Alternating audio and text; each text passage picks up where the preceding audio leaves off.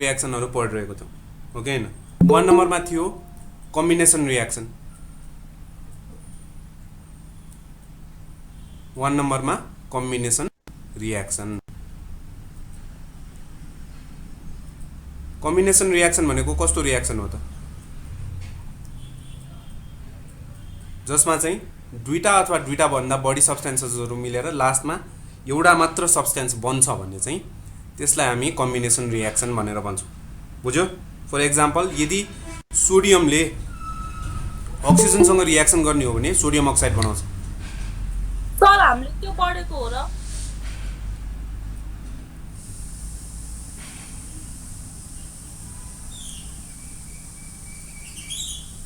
अस्ति मैले पठाएको भिडियो हेरेन केमिकल रियाक्सन वाला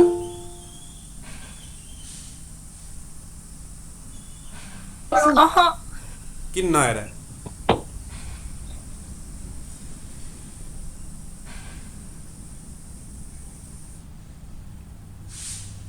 ल भयो अब त्यसो भए त्यो पहिला हेर्ने अनि त्यसपछि अहिलेलाई जोइन नै गरिराख अनि त्यसपछि त्यो फेरि हेर न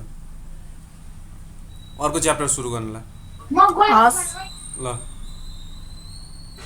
सुरुमा छ सबजना म्युट गरेर राख त सबजना आफ्नो माइक म्युट गरेर राख्ने सुरुमा छ कम्बिनेसन रियाक्सन भनेको चाहिँ त्यस्तो रियाक्सन भयो जसमा दुईटा अथवा दुईटा भन्दा बढी सब्स्टेन्सेसहरु मिलेर चाहिँ लास्टमा एउटा सिंगल सब्स्टेन्स बन्छ a combination reaction is a type of reaction in which two or more reactants react together to form a single new product एउटा मात्र नयाँ प्रोडक्ट बन्छ भने चाहिँ त्यस्तो रियाक्सनलाई चाहिँ हामी कम्बिनेसन रियाक्सन भनेर भन्छौं जस्तै कि यहाँ Na2O बन्छ नि यो Na2O भनेको सोडियम अक्साइड भयो है दुईटा रिएक्टेन्ट्सहरु छ सोडियम र अक्सिजन छुट्टा छुट्टै दुईटा रिएक्टेन्ट्सहरु भयो हैन लास्टमा बन्ने बेला प्रोडक्ट एउटा मात्र बन्यो सोडियम अक्साइड एउटा मात्र बन्यो नि यस्तो खालको रियाक्सनलाई चाहिँ हामी कम्बिनेसन रियाक्सन भनेर भन्छौं बुझ्यो कम्बिनेसन रियाक्सन भनेको चाहिँ त्यस्तो रियाक्सन भयो जसमा दुईटा अथवा दुईटा भन्दा बढी सब्स्टेन्सेसहरु मिलेर चाहिँ लास्टमा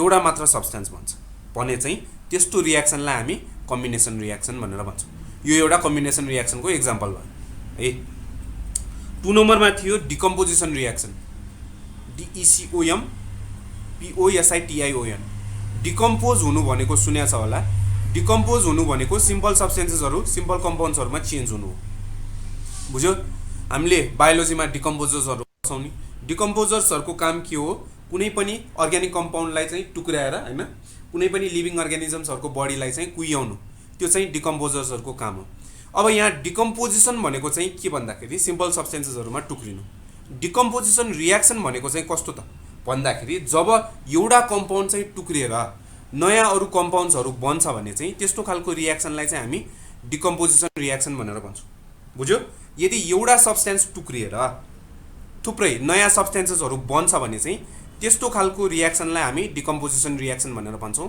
फर एक्जाम्पल KClO3 यो पोटासियम क्लोरेट भन्छ KClO3 लाई यदि KClO3 लाई हिट गर्ने हो भने चाहिँ यसबाट KCl र अक्सिजन ग्यास प्रोड्युस हुन्छ बुझ्यो KCl र अक्सिजन ग्यास प्रोड्युस हुन्छ यस्तो खालको रियाक्सनलाई चाहिँ हामी डिकम्पोजिसन रियाक्सन भनेर भन्छौं जसमा चाहिँ एउटा कम्पाउन्ड टुक्रिएर नयाँ थुप्रै दुईटा भन्दा बढी कम्पाउन्ड्सहरु पनि बन्न सक्छ अथवा दुईटा मात्र बन्न सक्छ त्यस्तो रियाक्सनलाई चाहिँ हामी डिकम्पोजिसन रियाक्सन भनेर भन्छौं बुझ्यो जसमा चाहिँ एउटा कम्पाउन्ड टुक्रिनु पर्यो बुझ्यो एउटा कम्पाउन्ड टुक्रेर चाहिँ नयाँ छुट्टा छुट्टै कम्पाउन्ड्सहरु बन्छ भने चाहिँ त्यस्तो रियाक्सनलाई हामी डिकम्पोजिसन रियाक्सन भनेर भन्छौं है यो चाहिँ डिकम्पोजिसन रियाक्सनको example 2KClO3 gives 2KCl plus O2 KClO3 भनेको पोटासियम क्लोरेटलाई हिट गर्यो भने चाहिँ पोटासियम क्लोराइड र अक्सिजन ग्यास बन्दो रहेछ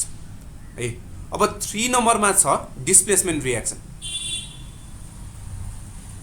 डिस्प्लेस भनेको कुनै पनि चीजलाई आफ्नो ठाउँबाट हटाइदिनु बुझ्यो हामीले फिजिक्समा पढ्ने डिस्प्लेसमेन्ट अर्कै हो यो डिस्प्लेसमेन्टको मिनिङ अर्कै हो है डिस्प्लेस यहाँ चाहिँ डिस्प्लेसको मिनिङ के भन्दाखेरि कुनै पनि चीजलाई आफ्नो ठाउँबाट रिप्लेस गर्दिनु त्यसको ठाउँबाट हटाइदिनु अब डिस्प्लेसमेन्ट रियाक्सन भनेको पनि अस्ति हामीले पढिसकेका छौं त्यसमा चाहिँ के हुन्थ्यो भन्दाखेरि यदि हेरौं एक्जाम्पल हेरौं पहिला जिंकले हाइड्रोक्लोरिक एसिड HCl सँग रियाक्सन गर्यो भने के हुन्छ त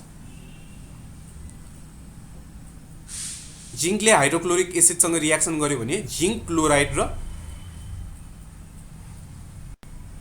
हाइड्रोजन ग्यास बन्छ यो रियाक्सनलाई ध्यान दिएर हेर्ने हो भने के भयो त यहाँ जिंक थियो जिंकले चाहिँ यो कम्पाउन्डबाट H लाई हटाइदियो है H लाई हटाएर क्लोरिन सँग आफ्नो कम्पाउन्ड बनायो अनि हाइड्रोजनलाई एक्लै बनाइदियो है के गर्यो जिंकले चाहिँ हाइड्रोजनलाई आफ्नो ठाउँबाट हटाइदियो नि हैन हाइड्रोक्लोरिक एसिड मजाले आफ्नो कम्पाउन्ड हैन थियो हाइड्रोक्लोरिक एसिडमा हाइड्रोजन र क्लोरिनको आफ्नै कम्पाउन्ड हो यो हैन हाइड्रोजन र क्लोरिनको एटमहरु थियो त्यो एटम त्यहाँ चाहिँ त्यो कम्पाउन्डलाई चाहिँ टुक्राउने काम कसले गर्यो जिंकले चाहिँ के गर्यो त्यहाँबाट हाइड्रोजनलाई हटाइदियो हाइड्रोजनलाई हटाएर त्यसको ठाउँमा चाहिँ आफू गएर बस्यो है यसरी एउटा एटम अथवा रेडिकलले चाहिँ अर्को एटम अथवा रेडिकललाई हटाएर त्यसको ठाउँमा आफू गएर बस्छ भन्ने चाहिँ त्यस्तो खालको रियाक्सनलाई चाहिँ हामी डिस्प्लेसमेन्ट रियाक्सन भनेर भन्छौं बुझ्यो डिस्प्लेसमेन्ट रियाक्सनमा चाहिँ के हुँदो रहेछ एउटा कुनै पनि एटम अथवा रेडिकलले चाहिँ अर्को एटम अथवा रेडिकललाई चाहिँ रिप्लेस गरेर त्यसको ठाउँमा आफू गएर बस्दिन्छ हैन अनि नयाँ कम्पाउन्ड बनाउँछ भने चाहिँ त्यस्तोलाई चाहिँ हामी के भन्छौं डिस्प्लेसमेन्ट रियाक्सन भनेर भन्छौं डिस्प्लेसमेन्ट रियाक्सन पनि दुई थरीको हुन्छ एउटा चाहिँ सिंगल डिस्प्लेसमेन्ट रियाक्सन अर्को डबल डिस्प्लेसमेन्ट रियाक्सन अर्को एउटा एक्जाम्पल हेरौं HCl ले NaOH सँग रियाक्सन गर्यो रे HCl ले NaOH सँग रियाक्सन गर्यो भने के बन्छ त यसबाट NaCl प्लस H2O यस्तो भयो भने माथिको रियाक्सन हेर माथिको रियाक्सनमा चाहिँ जिंकले क्लोरिन सँग आफ्नो कम्पाउन्ड बनायो अनि हाइड्रोजनलाई एक्लै पार्दियो तलको रियाक्सनमा हेर्ने हो भने यहाँ हाइड्रोजनले OH सँग कम्बाइन भएर H2O बनाएको छ अनि सोडियमले पनि क्लोरिन सँग रियाक्सन गरेर चाहिँ NaCl बनाएको छ मतलब यहाँ सोडियमले हाइड्रोजनलाई हटाउने काम गर्यो यहाँ पनि हाइड्रोजनले सोडियमलाई हटाउने काम गर्यो यदि दुईटा अथवा दुईटा भन्दा बढी एटम्स र रेडिकल्सले एकअर्कालाई हैन हटाउने काम गरेर नयाँ कम्पाउन्ड्सहरु बन्छ भने चाहिँ त्यस्तो खालको रियाक्सनलाई चाहिँ हामी के भन्छौं डबल डिस्प्लेसमेन्ट रियाक्सन भनेर भन्छौं यो माथिको जिंकले हाइड्रोक्लोरिक एसिड सँग रियाक्सन गरेको यो चाहिँ सिंगल डिस्प्लेसमेन्ट रियाक्सन भयो सिंगल डिस्प्लेसमेन्ट किन भयो किनकि यहाँ जिंकले मात्र हटाउने काम गरिरहेको छ है हाइड्रोजन त लास्टमा एक्लै भयो नि हो कि तर यहाँ चाहिँ हाइड्रोजनले पनि हटाउने काम गर्यो हाइड्रोजनले पनि Na लाई रिप्लेस गरेर OH सँग आफ्नो कम्पाउन्ड बनायो वाटर बनायो हैन सोडियमले पनि चुपलाएर बसेन सोडियमले पनि हाइड्रोजनलाई हटाएर क्लोरिन सँग आफ्नो कम्पाउन्ड बनायो NaCl बनायो है यहाँ दुईटा एटम्सहरुले एकअर्कालाई हटाउने काम गरिरहेको छ त्यही भएर यस्तो रियाक्सनलाई चाहिँ हामी डबल डिस्प्लेसमेन्ट रियाक्सन भनेर भन्छौं के भन्छौं डबल डिस्प्लेसमेन्ट रियाक्सन माथिको चाहिँ सिंगल डिस्प्लेसमेन्ट हो भने यो तलको चाहिँ डबल डिस्प्लेसमेन्ट दुई किसिमको डिस्प्लेसमेन्ट रियाक्सन हुन्छ ल कसरी नबुझ्या छ भने सोध है केही सोध्नु पर्यो भने मात्र माइक अन गर डिस्प्लेसमेन्ट रियाक्सन दुई किसिमको हुन्छ एउटा सिंगल डिस्प्लेसमेन्ट अर्को डबल डिस्प्लेसमेन्ट है सिंगल डिस्प्लेसमेन्टमा एउटा एटमले अर्को एटम अथवा रेडिकललाई चाहिँ रिप्लेस गर्ने काम गर्छ भने यहाँ डबल डिस्प्लेसमेन्टमा चाहिँ दुईटा एटम्स रेडिकल्सले चाहिँ अर्को दुईटा एटम्स रेडिकल्सलाई रिप्लेस गर्ने काम गर्छ है यसरी चाहिँ डबल डिस्प्लेसमेन्ट रियाक्सन हुन्छ अब 1 नम्बरमा कम्बिनेसन भयो 2 नम्बरमा डिकम्पोजिसन भयो 3 नम्बरमा डिस्प्लेसमेन्ट भयो अब 4 नम्बरमा पढ्नु पर्छ एसिड बेस रियाक्सन नाम सुनेरै थाहा हुन्छ एसिड बेस रियाक्सन भनेपछि एसिडले बेससँग रियाक्सन गर्ने बुझ्यो एसिडले यदि बेससँग रियाक्ट गरेर साल्ट र वाटर बनाउँछ भने त्यस्तो खालको रियाक्सनलाई चाहिँ हामी एसिड बेस रियाक्सन भनेर भन्छौं बुझ्यो तिमीले क्लास 8 मा त पढेकै छ एसिडले बेससँग रियाक्सन गर्यो भने साल्ट र वाटर बनाउँछ साल्ट भनेको न्यूट्रल सब्स्टेन्स हो वाटर पनि न्यूट्रल सब्स्टेन्स हो त्यही भएर यो रियाक्सनलाई चाहिँ हामी न्यूट्रलाइजेसन रियाक्सन पनि भन्छौं बुझ्यो यो रियाक्सनलाई के भन्छौं न्यूट्रलाइजेसन यानी TURALISATION न्यूट्रलाइजेसन रियाक्सन पनि भन्छौं किन न्यूट्रलाइजेसन रियाक्सन भनेको किनकि रियाक्सन भइसकेपछि न्यूट्रल सब्स्टेन्सेसहरु बनेको छ है रियाक्सन भइसकेपछि न्यूट्रल सब्स्टेन्सेसहरु बनेको भएर चाहिँ यसलाई हामी न्यूट्रलाइजेसन रियाक्सन भनेर भन्छौं बुझ्यो जस्तै कि NaOH अघिकै रियाक्सन हो यो। NaOH ले यदि HCl सँग रियाक्सन गर्यो भने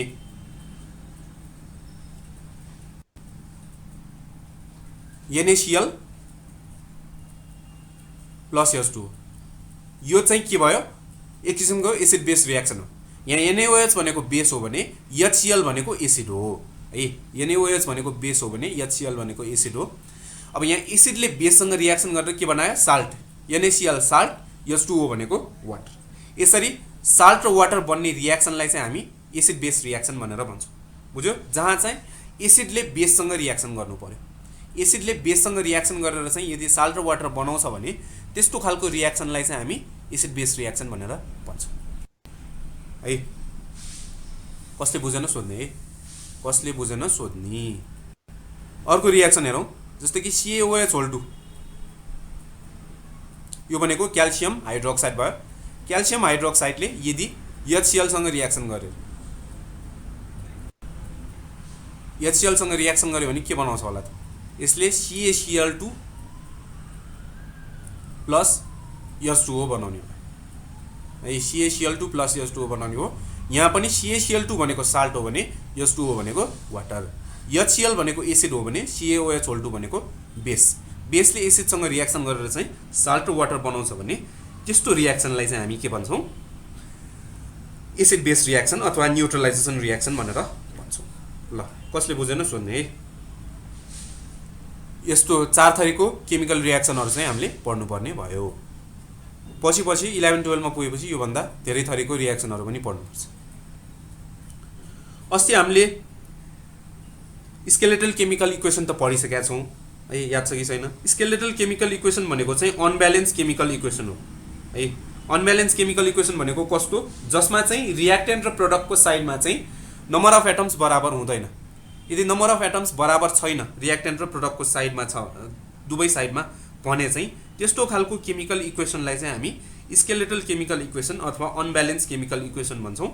यदि नम्बर बराबर छ, दुवै साइडमा एटमको नम्बर यदि बराबर छ भने चाहिँ त्यस्तो खालको केमिकल इक्वेसनलाई चाहिँ हामी ब्यालेन्स केमिकल इक्वेसन भनेर भन्छौँ। ब्यालेन्स केमिकल इक्वेसन राम्रो कि अनब्यालेन्स केमिकल इक्वेसन, त्यो त आफैलाई थाहा छ होला। ब्यालेन्स केमिकल इक्वेसनले धेरै इन्फर्मेसन दिन्छ हामीलाई है। अस्ति हामीले अनब्यालेन्स केमिकल इक्वेसनको बेफाइदाहरू पनि पढाएका थियौँ। ब्यालेन्स केमिकल इक्वेसनमा त्यस्तो कमजोरीहरू धेरै छैन। यहाँ पढ्नुपर्छ information from a balance chemical equation. कुनै पनि एउटा ब्यालेन्स केमिकल इक्वेसन दिएको छ भने हामी त्यसबाट चाहिँ के इन्फर्मेसन निकाल्न सक्छौँ त, जस्तै कि हामीलाई दिएको छ अरे zinc plus 2HCl gives ZnCl2 plus H2। यो रियाक्सन दिएको छ भने यसबाट हामी के थाहा पाउन सक्छौँ त भन्दाखेरि सिम्बल र मोलिकुलर फर्मुला मेनली है। हेर्ने बित्तिकै थाहा हुन्छ नि, यो जिङ्कको सिम्बल के रहेछ, Zn है। हाइड्रोक्लोरिक एसिडको मोलिकुलर फर्मुला के रहेछ, HCl। जिङ्क क्लोराइडको मोलिकुलर फर्मुला ZnCl2। यो हाइड्रोजनको मोलिक्युल है, हाइड्रोजनको मोलिकुलर फर्मुला भने H2। यसरी हामी केमिकल रियाक्सन हेर्ने बित्तिकै, ब्यालेन्स केमिकल रियाक्सन हेर्ने बित्तिकै त्यसमा भएको रियाक्टेन्ट्सहरू प्रोडक्ट्सहरूको चाहिँ मोलिकुलर फर्मुला सिम्बल हेर्ने बित्तिकै थाहा पाउन सक्छौँ। अर्को 2 नम्बरमा भनेको छ the total number of atoms or molecules of reactants and products. कतिवटा नम्बर अफ एटम्स छ, कतिवटा नम्बर अफ मोलिक्युल्स छ, त्यो पनि हामी हेरेर भन्न सक्छौँ। बुझ्यो, ब्यालेन्स केमिकल इक्वेसन छ भने त्यो हेरेर हामी भन्न सक्छौँ। जस्तै कि यहाँ HCl को अगाडि 2 राखेको छ, मतलब हाइड्रोक्लोरिक एसिडको 2टा मोलिक्युल्सहरू। बुझ्यो, Zn को अगाडि केही नम्बर छ, छैन, मतलब 1 होला, मतलब जिङ्कको एउटा मात्र एटम है। त्यस्तै गरेर ZnCl2 को अगाडि पनि नम्बर छैन, मतलब जिङ्क क्लोराइडको एउटा मात्र मोलिक्युल। H2 को अगाडि पनि नम्बर छैन, मतलब हाइड्रोजनको पनि एउटा मात्र मोलिक्युल। यसरी हामी number of molecules, number of atoms चाहिँ रियाक्टेन्ट्स र प्रोडक्ट्सलाई हेरेर चाहिँ भन्न सक्छौँ। जस्तो कि जिङ्क क्लोराइडमा एउटा चाहिँ जिङ्क रहेछ भने 2टा चाहिँ क्लोरिनको एटम्सहरू रहेछ। अर्को 3 नम्बरमा भनेको छ the type of chemical reaction. हामी ब्यालेन्स केमिकल इक्वेसन हेरिसकेपछि चाहिँ कुन चाहिँ टाइपको केमिकल रियाक्सन हो त्यो पनि भन्न सक्छौँ है। जस्तै कि यहाँ हेर, यहाँ जिङ्कले हाइड्रोजनलाई हटाएर जिङ्क क्लोराइड बनाएको छ भनेपछि यो चाहिँ डिस्प्लेसमेन्ट रियाक्सन। बुझ्यो, ब्यालेन्स केमिकल इक्वेसनबाट थाहा पाउन हामी सक्छौँ कुन चाहिँ टाइपको केमिकल रियाक्सन रहेछ। अर्को चाहिँ 4 नम्बरमा भनेको छ the ratio of molecular weight of reactant and product molecules ratio of molecular weight हामीले मोलिकुलर वेट निकाल्ने कुरो चाहिँ क्लास 8 मा पनि पढिसकेका छौँ मोलिकुलर वेट निकाल्नको लागि के गर्ने हो भएभरको नम्बर अफ भएभरको सबैको एटम्सहरूको एटोमिक वेट चाहिँ एड गर्ने बुझ्यो जस्तै कि यहाँनिर जिङ्कको एटोमिक वेट कति हुन्छ HCl को निकाल्नु पर्यो भने हाइड्रोजनको एटोमिक वेट प्लस क्लोरिनको एटोमिक वेट गर्ने इन्टु 2 गर्नु पर्यो हैन यहाँ पनि जिङ्क क्लोराइडको निकाल्नु पर्यो भने जिङ्कको एटोमिक वेट प्लस क्लोरिनको एटोमिक वेट गर्ने यसरी चाहिँ हामी मोलिकुलर वेट निकाल्न सक्छौँ कुनै पनि एउटा मोलिक्युलको है अब रेसियो भनेको चाहिँ कस्तो त भन्दाखेरि यहाँनिर जिङ्कको अगाडि 1 छ हाइड्रोक्लोरिक एसिडको अगाडि 2 छ भनेपछि जिङ्क र हाइड्रोक्लोरिक एसिड चाहिँ 1:2 को रेसियोमा युज भएको छ बुझ्यो जिङ्क र हाइड्रोक्लोरिक एसिड चाहिँ 1:2 को रेसियोमा युज भएको रहेछ भनेर चाहिँ हामी भन्न सक्छौँ यसरी चाहिँ हामी के पत्ता लगाउन सक्छौँ त ब्यालेन्स केमिकल इक्वेसनबाट भन्दाखेरि कति मोलिकुलर वेट छ हैन रिएक्टेन्ट्स र प्रोडक्ट्सहरूको अनि कुन चाहिँ रेसियोमा युज भएको छ त्यो पनि हामी निकाल्न सक्छौँ अब यो पछि पढ्नुपर्छ limitations of chemical equations limitations of chemical equations भनेको केमिकल इक्वेसनको कमजोरीहरू बुझ्यो ब्यालेन्स केमिकल इक्वेसनले पनि धेरै कुराहरू भन्न सक्दैन त्यसमध्ये के भन्न सक्दैन त के कमजोरी रहेछ त त्यो हामी हेर्न गइरहेको छौँ 1 नम्बरमा छ chemical equations cannot state the physical state of reactants and products यहाँनिर हामीले रिएक्टेन्ट्स र प्रोडक्ट्सहरूको मोलिकुलर फर्मुला त लेखेको छौँ तर तिनीहरूको फिजिकल स्टेटको बारेमा हामीलाई केही पनि थाहा छैन जस्तै कि जिङ्क यहाँ सोलिड हो कि लिक्विड हो केही पनि थाहा छैन है जिङ्क सोलिड पनि हुनसक्छ लिक्विड पनि हुनसक्छ नि हो कि मेटलहरूलाई धेरै हाई टेम्परेचरसम्म हिट गर्ने हो भने तिनीहरू लिक्विड स्टेटमा पनि जान सक्छ त्यस्तै गरेर यो जिङ्क क्लोराइड भनेको छ यो जिङ्क क्लोराइड कुन चाहिँ स्टेटमा सोलिड स्टेटमा बनेको हो कि लिक्विड स्टेटमा बनेको हो त्यो हामी हेरेर भन्न सक्दैनौँ बुझ्यो यसरी चाहिँ फिजिकल स्टेट अफ रिएक्टेन्ट्स र प्रोडक्ट्स चाहिँ हामी यसरी केमिकल इक्वेसन हेरेर चाहिँ भन्न सक्दैनौँ अर्को it does not state about the rate of chemical reaction that is whether the reaction rate is slow or fast अब यो रिएक्सन हेरेर हामी कति टाइममा चाहिँ यो रिएक्सन सिद्धिन्छ 1 मिनट लाग्छ कि 1 घन्टा लाग्छ कि 1 दिन नै लाग्ने हो हामी टाइम भन्न सक्छौँ त सक्दैनौँ कति टाइममा यो रिएक्सन सिद्धिन्छ त्यो पनि हामी भन्न सक्दैनौँ छिटो हुन्छ कि ढिलो हुन्छ एकदम फास्ट रिएक्सन हुन्छ कि एकदमै ढिलो हुने यो रिएक्सन हो त्यो पनि हामी यो केमिकल रिएक्सन यो केमिकल इक्वेसन मात्र हेरेर चाहिँ भन्न सक्दैनौँ जबसम्म गर्दैनौँ नि त्यो रिएक्सन गर्दैनौँ तबसम्म हामीलाई थाहा हुँदैन अर्को it does not explain about the concentration of the reactants reaction गर्न त गर्ने हैन तर कति अमाउन्टमा मिसाउने त जिङ्क कति मिसाउने हाइड्रोक्लोरिक एसिड कति मिसाउने अलिकति मात्र मिसाए पनि पुग्छ कि दुवै हैन धेरै अमाउन्टमा मिसाउनु पर्छ कि त्यो कन्सन्ट्रेसन हामी भन्न सक्दैनौँ है यहाँ हाइड्रोक्लोरिक एसिड पनि कस्तो खालको हाइड्रोक्लोरिक एसिड हो त कन्सन्ट्रेटेड युज गर्ने कि डाइल्युट युज गर्ने यहाँ लेखेको छैन भने हामी भन्न सक्दैनौँ अर्को it does not state whether the reaction occurs by itself or certain conditions like heat light catalyst are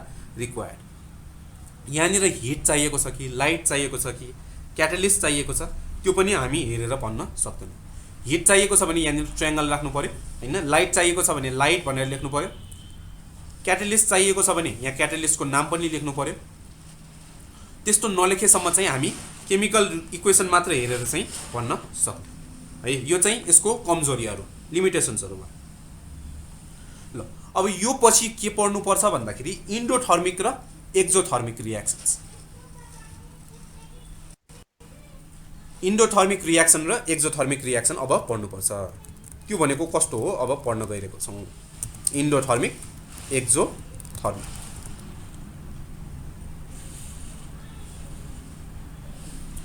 endothermic reaction भनेको चाहिँ त्यस्तो केमिकल रिएक्सन हो जसमा चाहिँ हिट चाहिन्छ मतलब रिएक्सन सुरु हुनको लागि हिट चाहिन्छ भने चाहिँ त्यस्तो रिएक्सनलाई हामी इन्डोथर्मिक रिएक्सन भनेर भन्छौं बुझ्यो इन्डोथर्मिक रिएक्सन भनेको कस्तो जसलाई चाहिँ सुरु हुनको लागि त्यस्तो रिएक्सन जसलाई चाहिँ सुरु हुनको लागि हिट चाहिन्छ मतलब रिएक्सन जब सुरु हुन्छ नि तब यदि त्यसले चाहिँ सराउन्डिङबाट चाहिँ वरिपरिबाट चाहिँ हिट एब्जर्ब गर्न सुरु गर्छ भने चाहिँ त्यस्तो खालको रिएक्सनलाई चाहिँ हामी इन्डोथर्मिक रिएक्सन भनेर भन्छौं बुझ्यो जसलाई चाहिँ के रिएक्सन हुनको लागि नै हैन हिट चाहिन्छ रिएक्सन हुनको लागि हिट चाहिन्छ मतलब हिट नदिकन त्यो रिएक्सन सुरु हुँदैन भने चाहिँ त्यस्तो रिएक्सनलाई हामी इन्डोथर्मिक रिएक्सन भनेर भन्छौं बुझ्यो जस्तै कि CaCO3 लाई क्याल्सियम कार्बोनेट हो CaCO3 भनेको।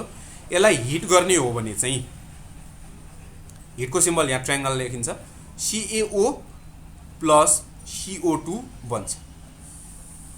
यो रियाक्सन हिट नभइकन सुरु हुँदैन, बुझ्यो? हिट नदिएसम्म यसलाई हैन नतताएसम्म यो रियाक्सन सुरु हुँदैन। जब हिट गर्छौं नि त्यसपछि मात्र रियाक्सन सुरु हुन थाल्छ, बुझ्यो? यस्तो खालको रियाक्सनलाई चाहिँ हामी इन्डोथर्मिक रियाक्सन भनेर भन्छौँ। अब एक्जोथर्मिक रियाक्सन भनेको कस्तो त? जसमा चाहिँ रियाक्सन सुरु हुन थालेपछि अथवा सिद्धिन थालेपछि चाहिँ बिस्तारै हिट प्रोड्युस हुन सुरु हुन्छ, बुझ्यो? रियाक्सन भइसकेपछि चाहिँ यदि हिट प्रोड्युस हुन्छ भने चाहिँ त्यसलाई हामी एक्जोथर्मिक रियाक्सन भनेर भन्छौँ। यो इन्डोथर्मिक रियाक्सनको एक्जाम्पल हो भने एक्जोथर्मिक रियाक्सन भनेको चाहिँ कस्तो भन्दाखेरि यदि कार्बनले अक्सिजनसँग रियाक्सन गरे रे, यसबाट चाहिँ carbon dioxide plus hit produce गर्छ, बुझ्यो? कार्बनलाई अक्सिजनसँग रियाक्सन गराउने हो भने यसले के प्रोड्युस गर्छ? Carbon dioxide plus hit. यस्तो खालको रियाक्सनलाई चाहिँ हामी एक्जोथर्मिक रियाक्सन भनेर भन्छौँ। एक्जोथर्मिक रियाक्सनमा चाहिँ के हुन्छ? हिट रिलिज हुन्छ। कहाँ रिलिज हुन्छ त भन्दाखेरि सराउन्डिङमा रिलिज हुन्छ। इन्डोथर्मिक रियाक्सनमा चाहिँ त्यो रियाक्सन सुरु हुनको लागि नै सराउन्डिङबाट हिट एब्जर्ब गर्ने काम हुन्छ भने एक्जोथर्मिक रियाक्सनमा चाहिँ हिट रिलिज हुने काम गर्छ, बुझ्यो? हिट चाहिँ बाहिर निस्किन्छ एक्जोथर्मिक रियाक्सनमा। इन्डोथर्मिक रियाक्सनमा के हुन्छ? हिट चाहिँ भित्र आउँछ, मतलब हिट चाहिँ त्यो रियाक्सनले एब्जर्ब गर्छ। हिट नभइकन रियाक्सनै हुँदैन भने चाहिँ इन्डोथर्मिक रियाक्सन हो। अनि रियाक्सन भइसकेपछि चाहिँ यदि हिट रिलिज हुन थाल्छ है, जस्तै कि दाउरा बाल्यो भने त्यसबाट तातो हिट प्रोड्युस हुन थाल्छ नि, बिस्तारै दाउरा चाहिँ जल्दै जल्दै गोल बन्न थाल्छ हैन, चारकोल बन्न थाल्छ, अनि त्यसपछि त्यसबाट चाहिँ हिट प्रोड्युस हुन थाल्छ। त्यस्तो खालको रियाक्सनलाई चाहिँ हामी एक्जोथर्मिक रियाक्सन भनेर भन्छौँ, जसमा चाहिँ के हुन्छ? हिट रिलिज हुन्छ। जब रियाक्सन सुरु हुन्छ नि तब हिट रिलिज हुन्छ भने चाहिँ त्यस्तो खालको रियाक्सनलाई चाहिँ हामी एक्जोथर्मिक रियाक्सन भनेर भन्छौँ।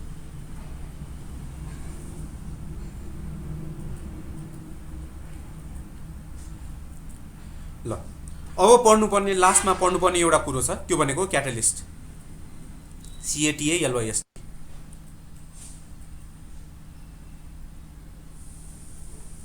क्याटालिस्ट। अब क्याटालिस्ट भनेको के हो त? क्याटालिस्ट भनेको चाहिँ त्यस्तो केमिकल सब्स्टेन्स हो जसले चाहिँ केमिकल रियाक्सनको स्पिड बढाउने अथवा घटाउने काम गर्छ, बुझ्यो? केमिकल रियाक्सनको स्पिड बढाउने अथवा घटाउने काम गर्छ भने चाहिँ त्यस्तो खालको केमिकल सब्स्टेन्सलाई चाहिँ हामी क्याटालिस्ट भनेर भन्छौँ।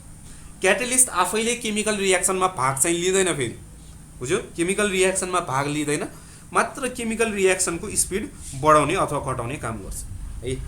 कुनै कुनै रियाक्सनहरू अब असाध्यै स्लोली मात्र भइरहन्छ हैन, आज सुरु गरे भने भोलि मात्र सिद्धिने त्यस्तो रियाक्सन हुनसक्छ हैन।